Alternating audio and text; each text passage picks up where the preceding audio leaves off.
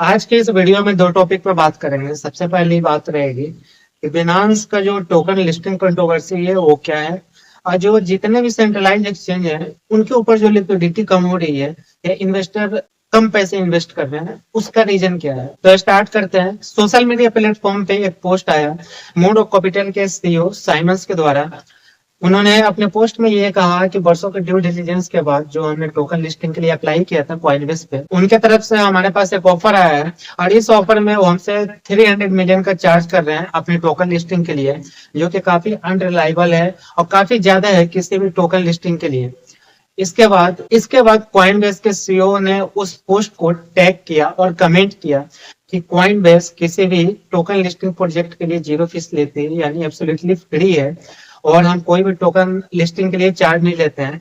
अगर आपको कोई दिक्कत है तो आप हमारे कस्टमर केयर सपोर्ट में कांटेक्ट करें, हम आपकी सहायता करेंगे। इसके बाद जब ब्रेन आर्मस्ट्रॉन्ग का जो पोस्ट था उसका एक रिप्लाई आया आंध्र प्रोनिया की तरफ से। आंध्र प्रोनिया EN.5 द कीपर और फैंटम, जो कि अब सोनिक लैब बन चुका है, इसके फाउंडर रह चुके हैं, उनके तरफ से रिप्लाई आया है कि उन्होंने ये कहा कि कॉइनबेस के जो सीईओ बात कर रहे हैं इसमें तो पूरी सच्चाई नहीं है, लेकिन थोड़ी बहुत सच्चाई है।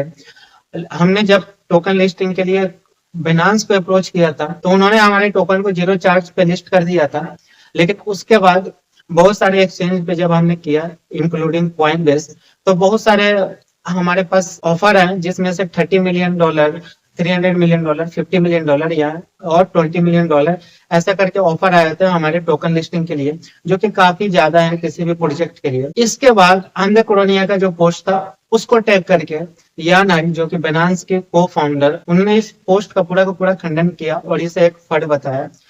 और उन्होंने ये कहा कि ये सारी की सारी चीजें गलत है। हमारी एक स्क्रीनिंग पॉलिसी है, बिनांस की स्क्रीनिंग पॉलिसी है, और उस स्क्रीनिंग पॉलिसी में अगर कोई टोकन या प्रोजेक्ट पूरा पूरा परफॉर्म करता है या पूरा पास कर दिया जाता है उस स्टेज से, तभी हम उसकी लिस्टिंग करते हैं, रिगार्डलेस कि वो कितना पे कर रहे हैं, यानी वो हमारे लिए पैसा मैटर नहीं करता है।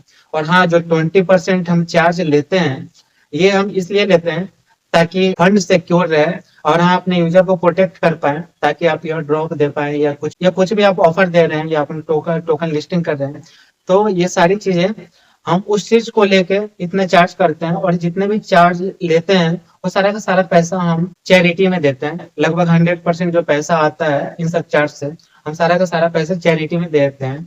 और इन सब के पीछे जो मूड ऑफ कैपिटल के जो सीईओ हैं, उन्होंने ये कहा था इसके चलते जो न्यू टोकन लिस्टिंग होती है उनकी चार्ट ब्लीड करती है, यानी बहुत जल्दी उनका जो प्राइस होता है काफी कम हो जाता है लिक्विडिटी के चलते। और यही सारे रीजन बताया जा रहा है कि आज के डेट में जितने भी बड़े बड़े सीएक्स हैं, यानी सेंट्रलाइज एक्सचेंज है, उनकी लिक्विडिटी कम होती जा रही है। बता दो कि 2024 में जो बिनांस का लिक्विडिटी हो 23% से नीचे गिरा है। वहीं जो STX, OKX, बाइबिट जैसे जितने भी सेंट्रलाइज एक्सचेंज है और बड़े बड़े एक्सचेंज है, इनका भी जो लिक्विडेशन है वो काफी ज्यादा नीचे गिरा है, लगभग 20 से 30% तक का नीचे गया है। इसके पीछे दो तीन वजह और बताई जा रही है। इसके पीछे यूएस का जो इलेक्शन हो रहा है, प्रेसिडेंशियल इलेक्शन, तो उसमें जो अनसर्टेनिटी बताई जा रही है, क्योंकि बीच में ट्रम्प काफी आगे निकल गए थे कमला हैरिस से, जो पोली मार्केट का डेटा बता रहा था उस पर जितने पैसे लगे हैं, अगर उस डेटा को एनालाइज करें तो ट्रम्प काफी आगे निकल गए थे। लेकिन अब क्या है कि वो फासला काफी नीचे रह गया है, अब वो 58% पे आ गए हैं और कमला हैरिस जो है 42% के आसपास है। तो अब जो चुनाव का ये टक्कर है, जो कि एक दो दिन में क्लियर हो जाएगा कौन बनेगा वहां का राष्ट्रपति, तो ये भी काफी ज्यादा फ्लक्चुएशन का मुद्दा है जितने भी सेंट्रलाइज एक्सचेंज है। और दूसरा ये है कि जितने भी डिसेंट्रलाइज एक्सचेंज है वो काफी कम पैसे में टोकन लिस्टिंग फैसिलिटी प्रोवाइड कर रही हैं और भी फैसिलिटी प्रोवाइड कर रहे हैं यूजर्स के लिए और ट्रेडर्स के लिए।